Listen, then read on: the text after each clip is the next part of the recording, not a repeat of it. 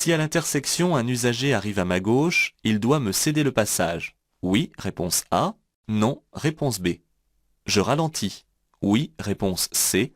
Non, réponse D.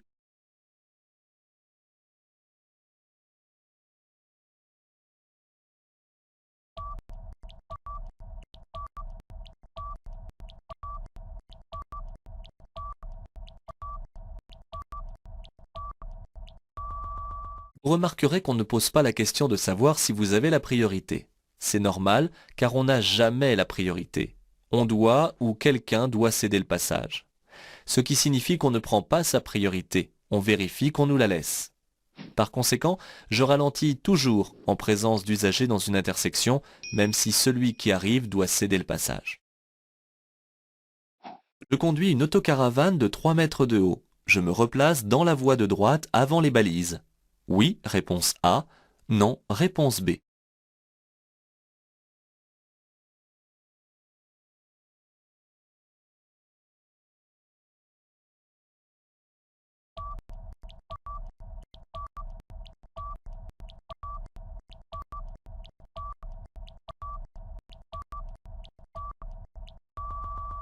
Regardez bien à quel niveau se situent les panneaux et les balises.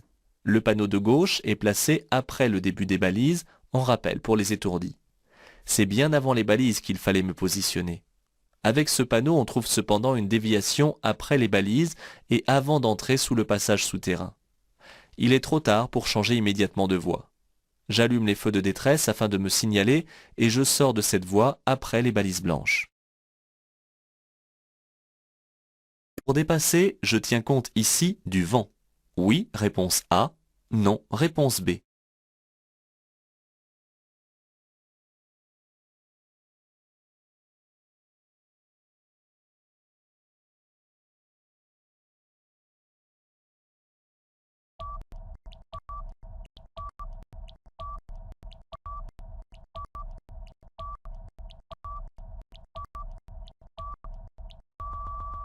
Que vient faire le vent dans un dépassement?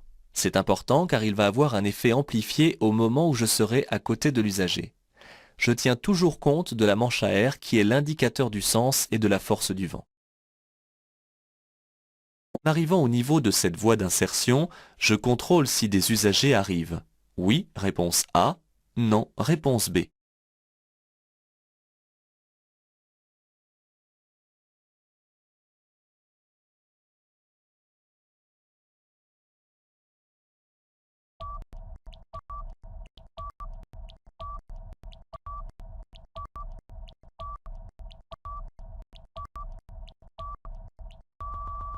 Attention à la notion de priorité. Ce n'est pas parce qu'un usager doit céder le passage qu'on doit se considérer comme prioritaire sans nécessité de contrôle. On doit toujours contrôler qu'on nous cède le passage. En arrivant au niveau des voies d'insertion, je vérifie toujours si un usager arrive, ainsi que son comportement. 50 km/h, je m'arrête au mieux en 5 mètres, réponse A. En 10 mètres, réponse B. En 20 mètres, réponse C.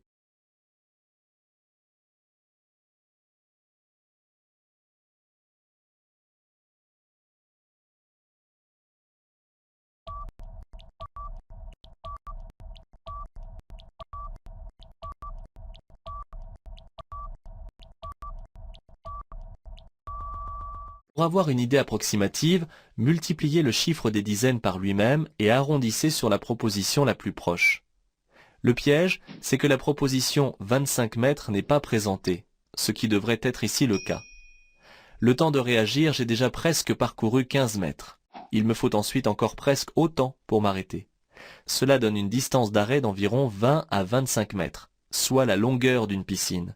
On comprend pourquoi la vitesse est limitée en agglomération. Il se passe environ 20 secondes entre le moment où les feux se déclenchent et le passage du train. Oui, réponse A. Non, réponse B.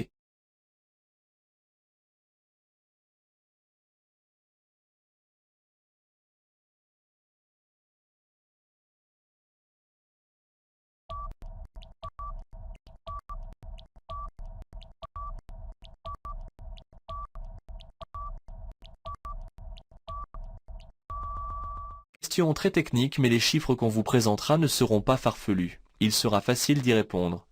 La sonnerie retentit en même temps que les feux se déclenchent. Quelques secondes après, les barrières descendent. Si je suis coincé, je défonce la barrière qui est en matière plastique, et si je reste en panne, j'évacue le véhicule. Le train arrive dans les 20 secondes qui suivent. Pour stationner, je vais m'approcher un peu plus du véhicule. Oui, réponse A. Non, réponse B.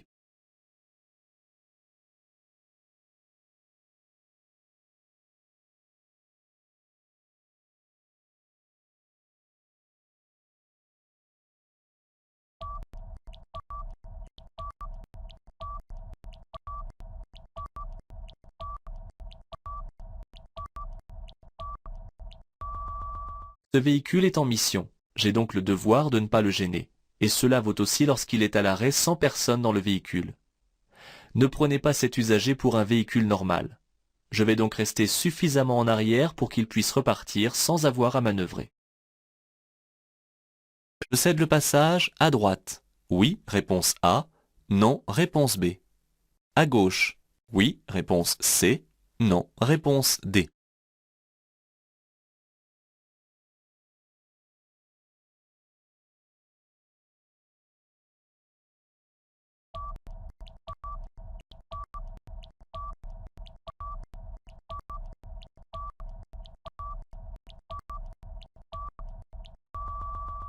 Parfois, la signalisation crée des surprises.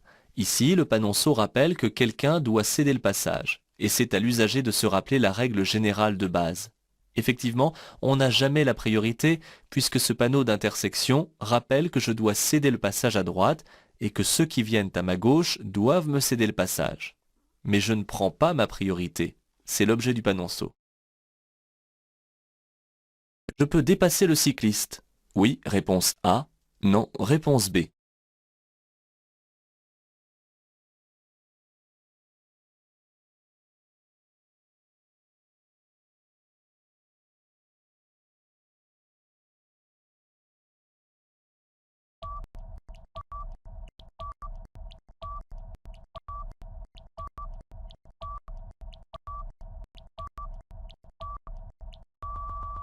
Le dépassement de ce cycliste semble possible, mais il y a un piège. Je ne peux pas encore le faire à cause du marquage au sol qui me l'interdit sur la vingtaine de mètres devant nous. J'attends de passer cette zone avant d'avertir et de manœuvrer. Sur cette aire de repos, je peux stationner où je le souhaite. Oui, réponse A. Non, réponse B.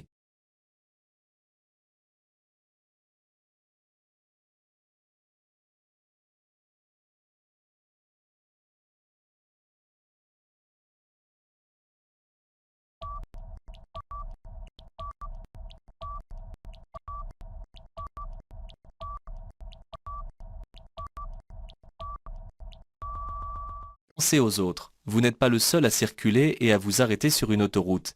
Il y a des camions, des cars, des attelages caravanes, des camionnettes, des voitures et des motos. Pour chaque catégorie, il existe des emplacements spécifiques. Si l'espace réservé aux voitures est saturé, je ne vais pas sur le parking des poids lourds. En continuant à gauche, je suis normalement prioritaire. Oui, réponse A. Non, réponse B.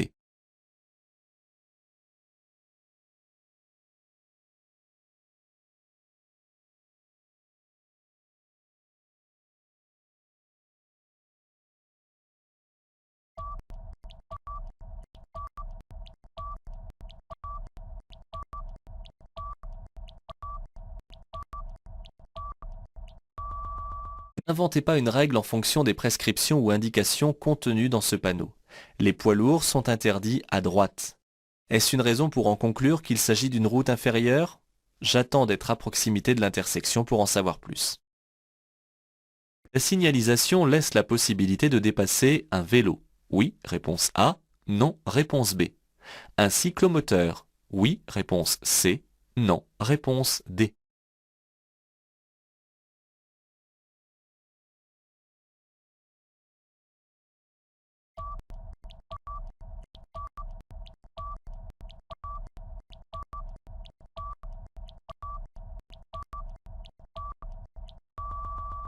Ne tombez pas dans le piège des exceptions. Ce panneau interdit de commencer ici un dépassement et le marquage au sol invite à se rabattre. Il reste cependant possible de dépasser un deux roues sans sidecar. Pour dépasser ces camions, je reste dans cette voie. Réponse A. Je dois d'abord me rabattre. Réponse B.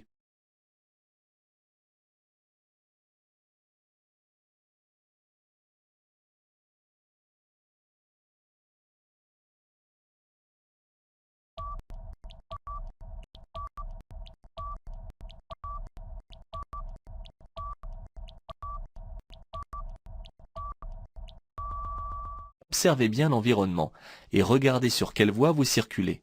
J'arrive à la fin d'une voie réservée aux véhicules lents. La fin de la ligne à droite me l'indique, et la voie de gauche va être supprimée. Comme j'arrive en haut d'une côte, les poids lourds n'ont pas encore atteint leur vitesse de croisière, et j'arriverai rapidement à leur niveau. Il est donc inutile de revenir à droite pour entamer immédiatement après le dépassement. Je reste dans ma voie. Une conduite dynamique peut augmenter ma consommation de 40%. Oui, réponse A. Non, réponse B.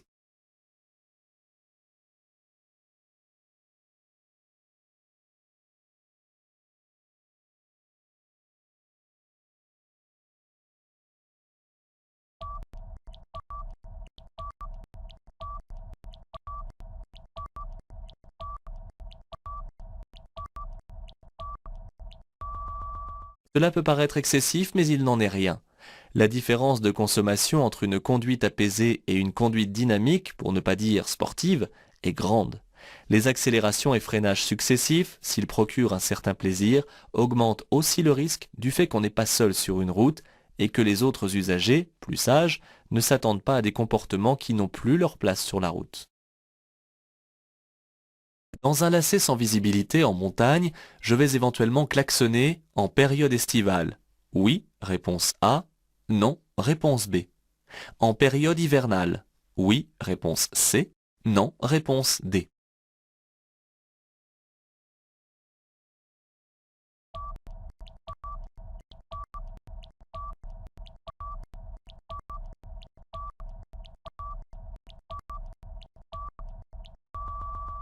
La question n'est pas facile car il faut connaître la montagne et ses contraintes. Cependant, un peu de logique aide à répondre. Ce lacet ne nécessite pas vraiment un coup de klaxon, mais sur une route plus étroite, il peut rendre service. Je dois cependant éviter de m'en servir afin de conserver sa tranquillité à l'environnement, et plus particulièrement en l'hiver, lorsque le risque d'avalanche existe. Le ralentisseur est dans l'intersection. Oui, réponse A. Non, réponse B. Le panonceau rappelle la règle du panneau. Oui, réponse C. Non, réponse D.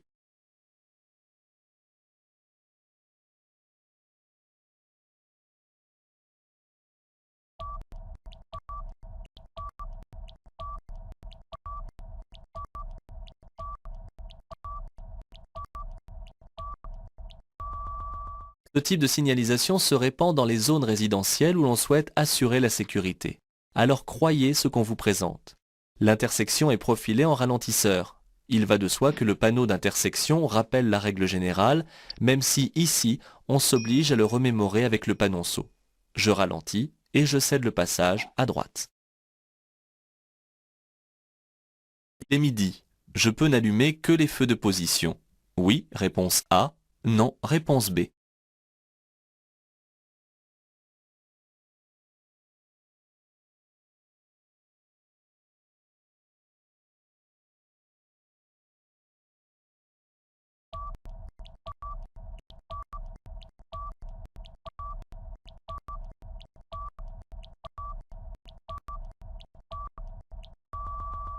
Ce n'est pas une question d'heure dans la journée.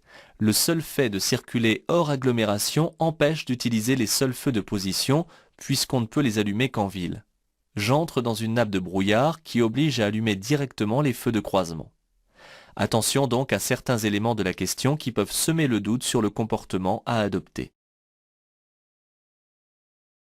Placé où je suis, je peux tourner à gauche. Réponse A. Tourner à droite. Réponse B. Continuer tout droit. Réponse C.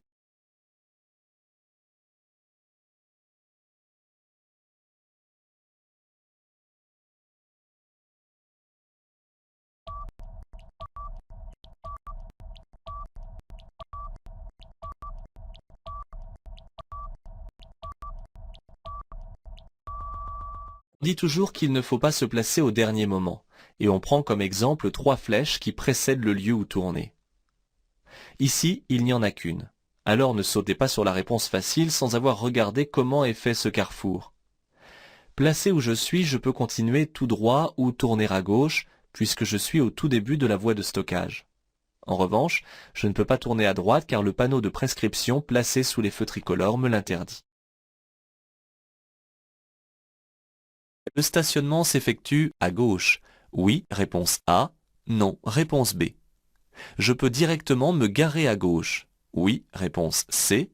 Non, réponse D.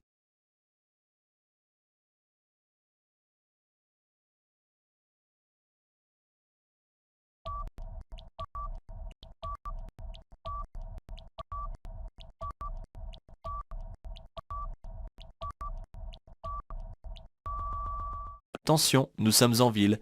Il existe donc des règles spécifiques pour stationner. Les panneaux à droite indiquent les divers jumelages de l'agglomération.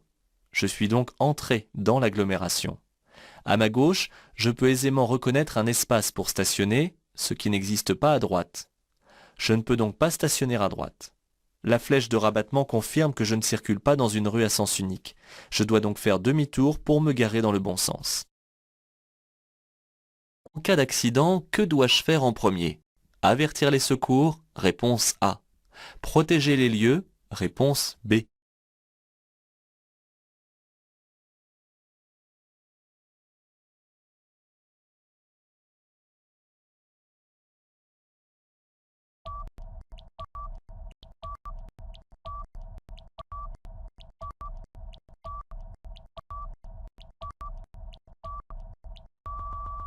Le poste d'appel d'urgence peut vous induire en erreur en vous faisant croire que la première chose à faire est d'avertir les secours.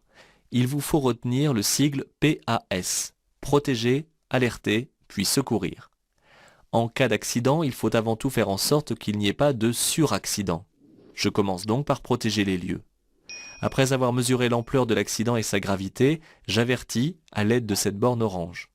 Enfin, si je connais les gestes vitaux de secourisme, je les pratique. Pour emprunter cette sortie, je ralentis en entrant dans la voie. Réponse A. J'attends d'être totalement dans la voie pour ralentir. Réponse B.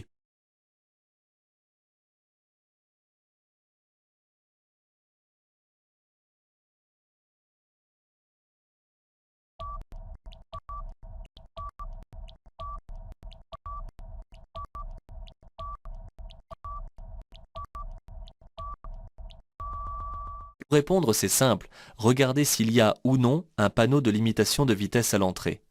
À l'entrée de cette voie de décélération, aucun panneau n'indique la limite de vitesse, ce qui signifie que la voie est assez longue pour décélérer normalement. Je peux donc entrer dessus à la vitesse maximale autorisée. Je dois cependant ici attendre d'être entièrement sur celle-ci avant de commencer à ralentir. Je suis à bonne distance pour dépasser ce camion. Oui, réponse A. Non, réponse B.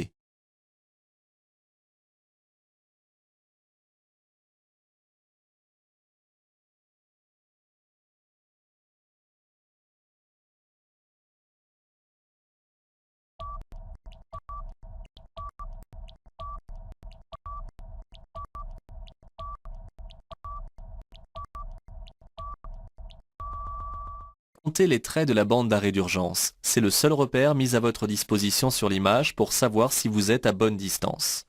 Pour obtenir les 2 secondes, il faut 2 traits. Ils sont là. Je ne me rapproche pas plus de l'usager qui devant moi dépasse. Ce panneau jaune indique une circulation à double sens. Réponse A. Alternée. Réponse B.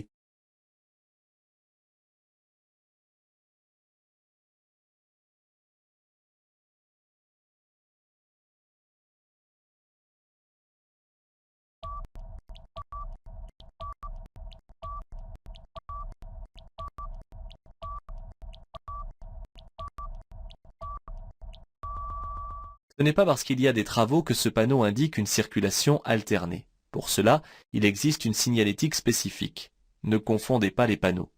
Celui-ci indique que la circulation est temporairement à double sens de circulation. Pour me rendre à Blagon, je fais demi-tour sur cette chaussée. Oui, réponse A. Non, réponse B.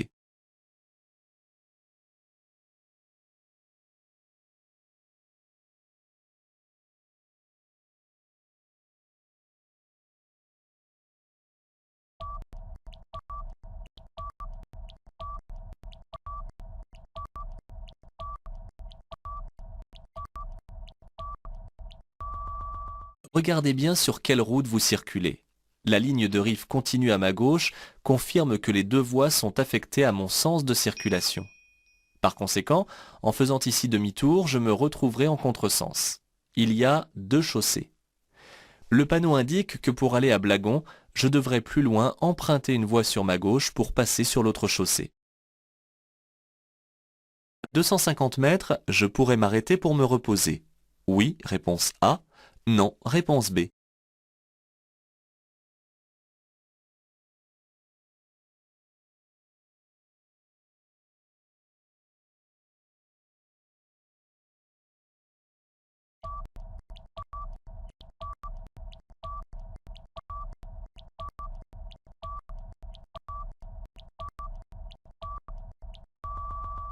Attention aux associations d'idées. On pourrait croire que si on peut téléphoner, c'est qu'il y a un espace pour stationner, donc pour se reposer. Ce n'est malheureusement pas le bon raisonnement. L'emplacement sur ce type de route est exclusivement réservé à l'urgence, du fait que la mention SOS figure sur le panneau. Je circule en effet sur une route à chaussée séparée, où, tout comme sur l'autoroute, des espaces sont aménagés pour se reposer et d'autres prévus pour l'urgence. Je risque d'échauffer les freins. Oui, réponse A. Non, réponse B. L'espace à droite est une voie de détresse. Oui, réponse C. Non, réponse D.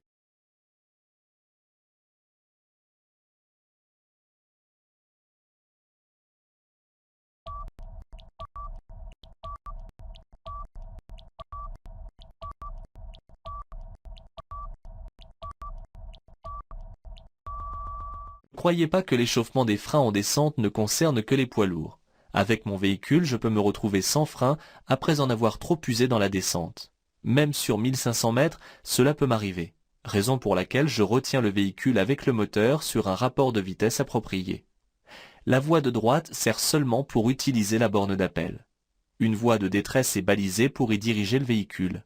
Elle comporte un damier rouge et blanc. Pour déposer un colis, je peux utiliser l'emplacement sous le panneau. Oui, réponse A. Non, réponse B.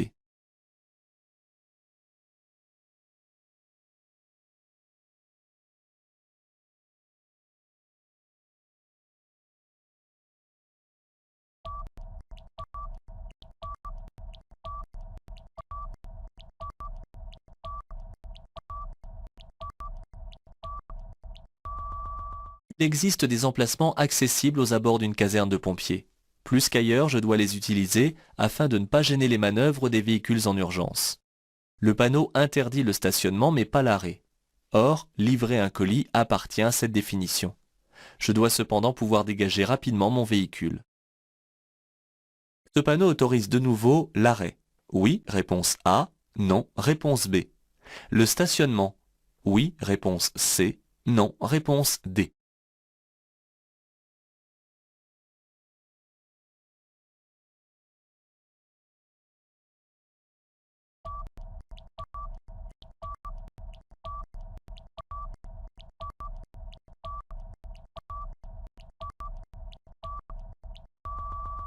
Attention, ce panneau est particulier. Il lève toutes les interdictions précédemment signalées. Mais ce panneau ne s'adresse qu'aux véhicules en mouvement. Cela signifie que l'arrêt et le stationnement restent interdits si tel était le cas avant le panneau. Ici, l'accotement est une bande d'arrêt d'urgence où l'arrêt est interdit. Dans cet aménagement, je vais trouver une bifurcation, réponse A, une jonction, réponse B, une sortie, réponse C.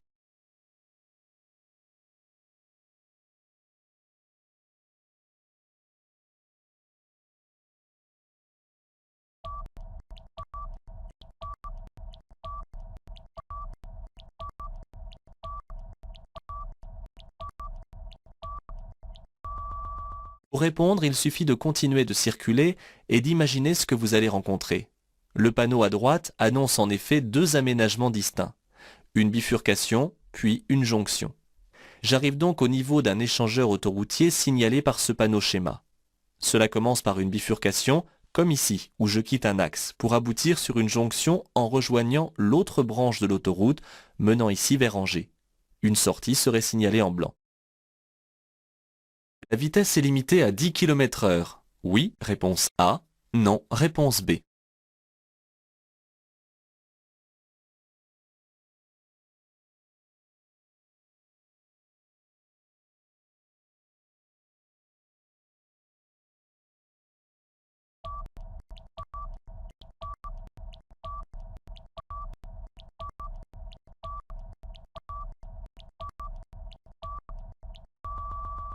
Ne lisez pas trop vite les panneaux.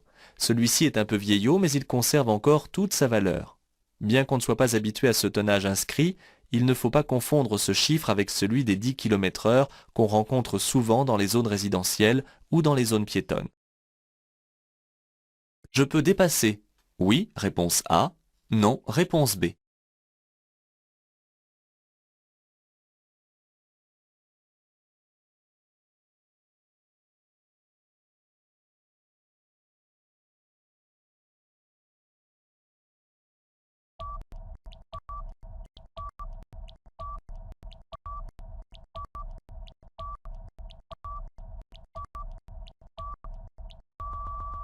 Ne vous trompez pas de ligne. Celle-ci interdit seulement de passer de la voie de gauche vers la sortie. Il ne faut pas la confondre avec la ligne de dissuasion qu'on ne trouve que sur les routes étroites et sinueuses. Après les contrôles d'usage, je vais donc pouvoir entamer le dépassement. Ce panneau annonce que je trouverai à 150 mètres à droite une station de vidange pour caravanes, autocaravanes et cars. Réponse A. Un terrain de camping pour tentes. Réponse B. Un terrain de camping pour caravanes et autocaravanes. Réponse C.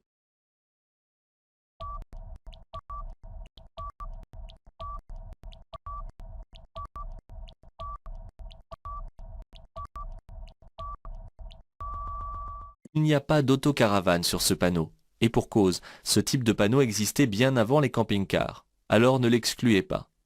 Ce panneau annonce la proximité d'un terrain de camping pour tentes, caravanes et autocaravanes.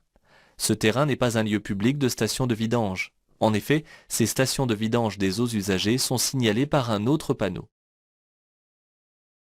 Si un usager arrive à ma droite, je passe rapidement. Réponse A. Je ralentis. Réponse B.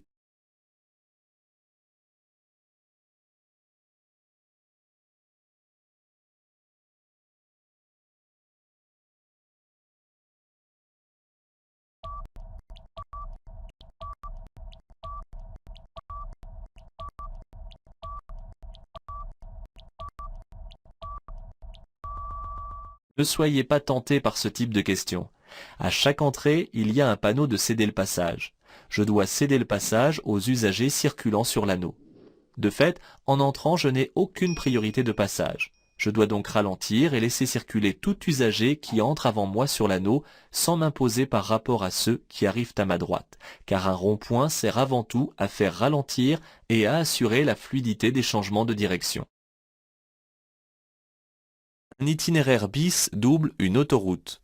Oui, réponse A. Non, réponse B. Un itinéraire vert. Oui, réponse C. Non, réponse D.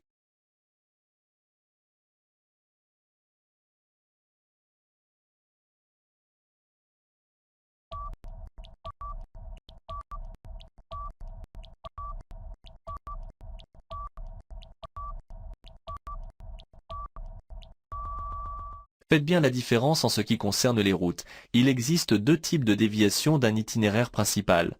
L'itinéraire bis et l'itinéraire de substitution S. L'itinéraire S double une autoroute qui est souvent surchargée. Je peux récupérer l'autoroute un peu plus loin. L'itinéraire bis est en quelque sorte une route choisie pour éviter les grands axes très chargés. Il ne double ni une autoroute ni un itinéraire vert. La route est en général plus touristique. J'arrive sur mon lieu de séjour de vacances. Je retire la galerie et le coffre de toit. Oui, réponse A. Non, réponse B.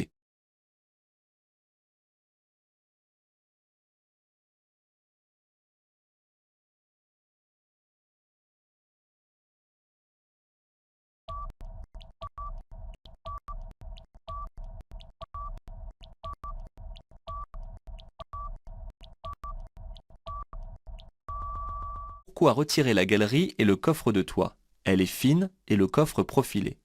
Malgré cela, en circulant, j'augmente jusqu'à 10% la consommation de carburant. Je retire donc l'ensemble durant mon séjour.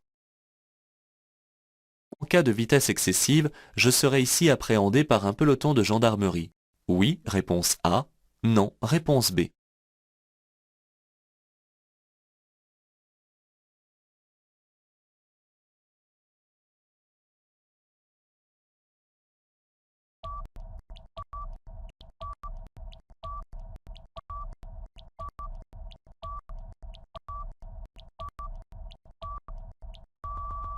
Ce panneau indique toujours un radar fixe automatique. Les autres contrôles, comme les radars mobiles, ne sont pas précédés de signalisation. Ce signal prévient que ma vitesse sera observée et éventuellement enregistrée si elle dépasse la limite autorisée. Cette dernière est en général rappelée à proximité de ce panneau. Le système est automatisé. Seul un flash m'informera que j'étais au-dessus de la limite et je recevrai alors un procès-verbal dans les jours qui suivent. La vitesse engendre un effet de tunnel dangereux. Oui, réponse A. Non, réponse B.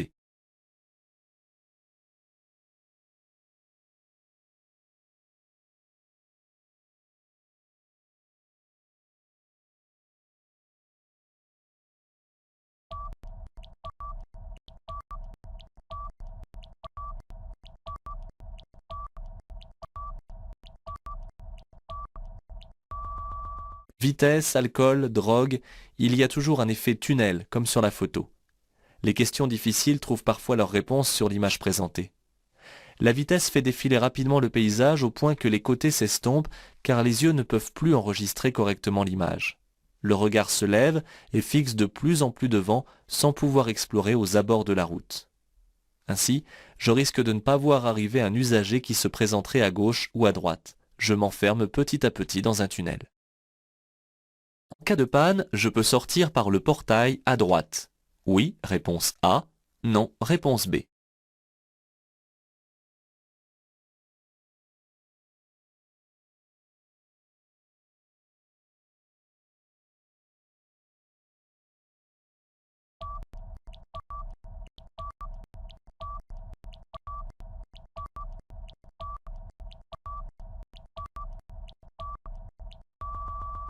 Attention, la panne n'autorise pas tout. Ne vous laissez donc pas piéger. L'autoroute est jalonnée de passages réservés aux services d'entretien et au secours. Le portail est fermé avec une serrure. Le sens interdit n'autorise le passage qu'à ses usagers. En cas de panne, je peux utiliser l'espace mais tout en laissant impérativement le passage libre. Dépasser sur un passage à niveau muni de barrières ou de demi-barrières est interdit. Réponse A. Déconseillé. Réponse B.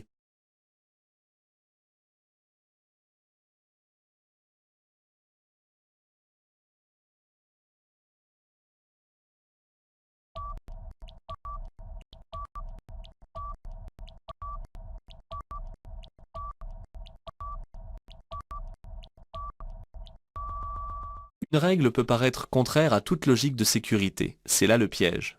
En effet, je suis autorisé à dépasser sur un passage à niveau muni de barrières à fonctionnement manuel ou de demi-barrières à signal automatique, comme ici, sous réserve que ces barrières soient levées, bien entendu. Il reste cependant conseillé de ne pas manœuvrer en ce lieu particulièrement délicat. D'une manière pratique, la plupart des passages sont complétés d'une ligne continue pour l'interdire. Baisser la vitesse à 30 km/h permet d'élargir le champ de vision du conducteur. Oui, réponse A.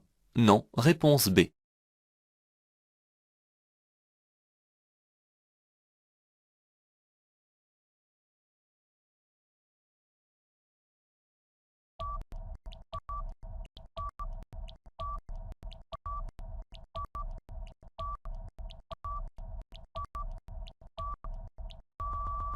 Ce n'est pas pour embêter les conducteurs qu'on abaisse la vitesse maximale dans certaines zones d'une agglomération.